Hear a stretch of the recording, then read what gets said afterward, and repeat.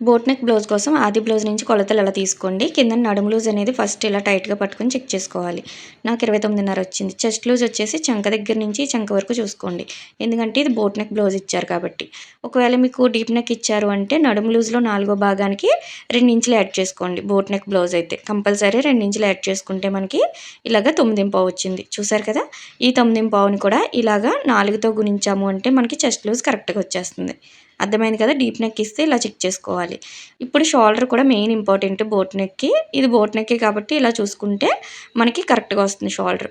ఒకవేళ deep neck blouse అయితే మనకి చెస్ట్ లూజ్‌లో 4 భాగం 9.5 వచ్చింది కదా! దాన్ని సగం చేసుకొని దీనికి మనము బటన్ పెట్టాము అంటే 2.30 యాడ్ చేసుకోండి. లేదు థ్రెడ్స్ పెట్టాము అంటే 2.5 యాడ్ చేసుకోవాలి. నేనైతే ఇక్కడ థ్రెడ్స్ పెడుతున్నాను. దీనికోసం ఇలా 2.5 యాడ్ చేసుకున్నాను.